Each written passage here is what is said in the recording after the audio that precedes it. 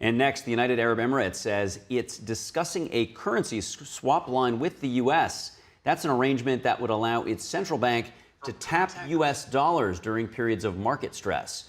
Joining us to break it down and explain what all that means is Rod D. Martin. He's a political analyst and the founder and CEO of Martin Capital. Good morning, Rod. It sounds great, but I have no idea what we're actually talking about here. How do these currency swaps work between two central banks? And why would the UAE be looking to the U.S. to engage in that? Well, hardly anybody understands this. This is about as arcane as it gets. I talk to important national security experts who are a little bit cloudy on this, but this is a big deal. It's a status symbol as much as anything else. There are a handful of countries around the world, the European Central Bank, being one of the chief recipients, the Japanese, others that are very close U.S. allies that have a standing currency swap line. And what that means is, as you know, everywhere in the world pretty much runs on dollars. And so if a country faces any kind of liquidity crisis, sometimes it is a crisis, sometimes it's just the possibility of a crisis, they can call on the U.S. Treasury or the Federal Reserve, and those are actually two different ways of going at it. They can call on us to send them money at a fixed exchange rate for a bunch of their currency. And we hold on to it for a little while, and then we swap it back. And in the meantime, their banks and their companies that need dollar liquidity are able to borrow it from the central bank of their home country.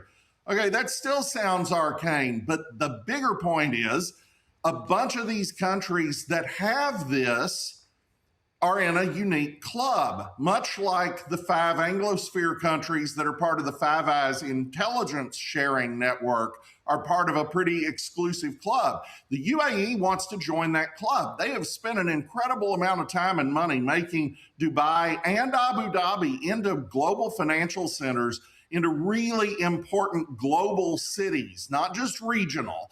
And to join this club means a tremendous amount to them.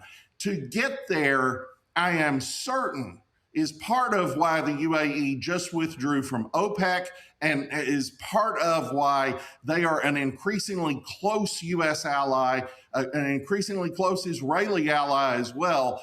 And we're just seeing this drawing together primarily of the UAE, but other Gulf states as well, of a U.S.-led coalition that in some ways is proving to be tighter than our friends in Western Europe. Yeah, as ancient wisdom says, I think it was Burns or maybe Bob Hope, but I'd never join any club that would have me as a member. But kidding aside, what other countries, you mentioned the Five Eyes, what other countries has the U.S. done this for?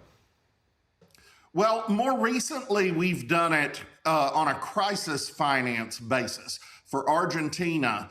And that was controversial here for the 10 minutes that anybody even noticed it was happening. They all thought it was foreign aid or a bailout or something. That's not what this is at all. It absolutely helps the foreign country, but it's not a bailout and it's not welfare. We're not giving them anything.